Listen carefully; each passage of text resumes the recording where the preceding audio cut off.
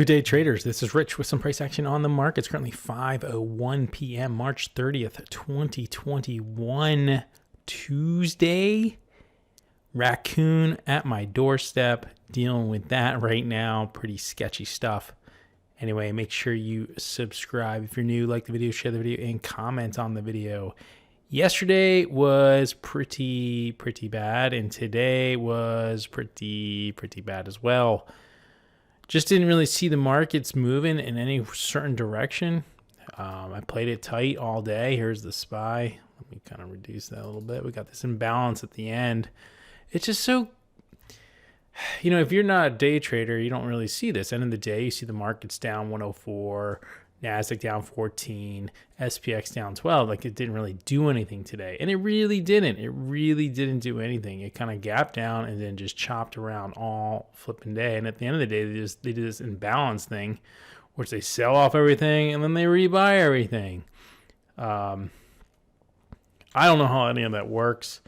It seems like a way of people making fast money from people that don't know how to make fast money or something like that. Anyway, I ended up okay. It wasn't terrible, but not great.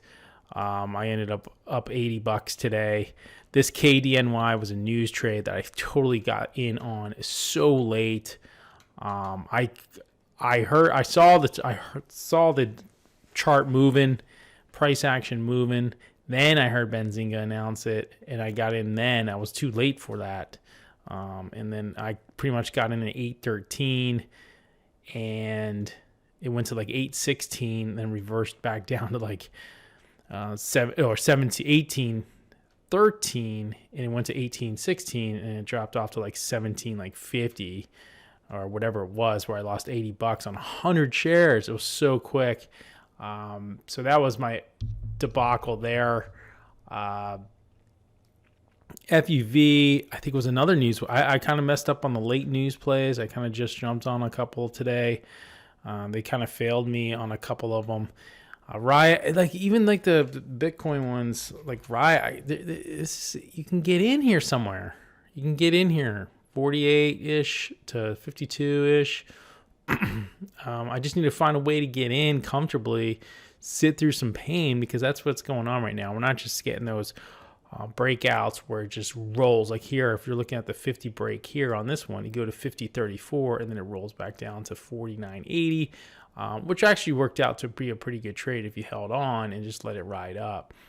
Can did similar things. Apple was a late day imbalance trade, actually. This WKey was news. HIG was news. So basically, my two positive news trades washed out my two negative news trades. And, Tesla, this was the one I said, okay, today's the day. The break of 600, not 60. Here it is, coming back through 600 at this point right, where is it, right here? Yeah, look at this, perfect. Went to 603.50, made a good amount of money. And I said to myself, you know what? I'm setting my stop, because I got in at actually 599.30. I anticipated the move through 600. Set my stop at 599.50 for the rest of my shares. I was going to hold like whatever shares I had left, maybe 20 or so. And I'm like, okay, I'm holding this. I'm going to let this walk all day long. Came down 597.92.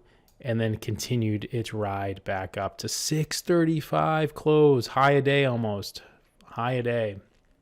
So unfortunately, I didn't get that piece, but it's just the market. I'm okay with being up $80. Like yesterday, I was down 190 or something like that. I think my high was like 130 today up.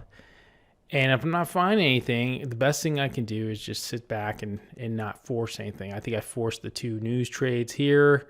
I could have done better on this one, and actually could have done better on this HIG, which I've never traded before, which is the Hartford Financial Services. You can see here, nice climb here, and then the breakaway candle here on the inside bar through, around 66.60, and it ran up to 67.89. So, I mean, secondary entries are there. So even though the news trade worked at the beginning here, you can take that secondary move. It sets up, you got above all these moving averages and VWAP and all that stuff. And the news was pretty good on it. And you can, we're taking that particular trade. Here's a secondary 5s move for you coming down to the 8. You have the slight break here of this candle, but then you take the next break on this candle. So, Newsplay has multiple options to trade. Once you hear a good news event or see a good news event, you might miss this, but then you can add it to your charts and look for, this move and then potentially this move. Now, I don't know if I would consider anything more up here, but the plays were there. So again, keep it tight. I'm keeping it tight. I'm playing it smart. It's the only thing I can do right now. I got my other work going on too, so I'm in and out of certain things, and hopefully we can get some momentum going. I have a feeling this week's going to be like this the rest of the week. Maybe one day we get some action, but get through the Easter holiday and all that stuff, and then earnings will be completed. Like Chewy today, real quick, I liked it. I liked it in the afters. On 1 minute, you can see here, this area right here of 84.50, kind of did a little flush here, once at 84.50, and then once it broke 84.50, it did a really good job of getting through, but it did go down to 84.11, so you had to get like a quick hit. You could consider the 85 play, but it was really whippy at the beginning here, and Chewy's a tough trader, so that's nice to see a news trade actually set up pretty good. I haven't seen that in a while. Or earnings play.